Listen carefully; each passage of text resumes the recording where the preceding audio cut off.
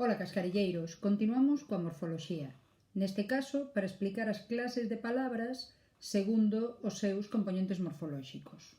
Atendendo a isto, temos 4 clases de palabras: simples, derivadas, compostas e parasintéticas. En primeiro lugar, dicir, por si non o sabedes, que en gramática, se un elemento aparece entre paréntese, é porque pode aparecer, mais non é indispensable.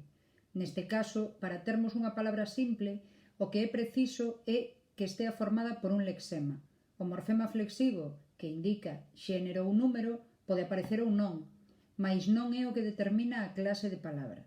De aí que poidamos atopalo tamén entre paréntese noutras clases de palabras das que imos ver desta volta.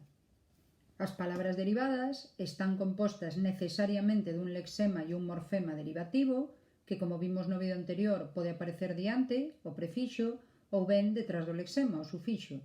E como sucedía coas palabras simples, tamén poden levar morfemas flexivos que indiquen o xénero ou o número.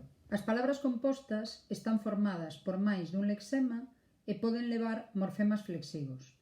Hai varios tipos, como vedes aí. En primeiro lugar, as compostas ortográficas, nas que os dous lexemas se fusionan nunha soa palabra, como é o caso de noite boa, ou ben as compostas sintagmáticas, nas que os dous elementos poden aparecer sen soldar, que é o caso da disxunción, porco bravo ou garda civil, a sinapsia, na que os dous lexemas van unidos por un elemento de relación, como é o caso de arco da vella, ou por contraposición, na que os dous lexemas van unidos por un trazo, e tedes aí o exemplo de galego-portugués. E para rematar, as palabras parasintéticas, que adoitan ser as que máis dúbidas suscitan, máis que se forman a través de dous procedementos, ou ben a derivada dunha composta, como é o caso de paracaidista, temos a composta paracaídas, e de paracaídas derivamos a composta paracaidista e entón formamos a palabra parasintética.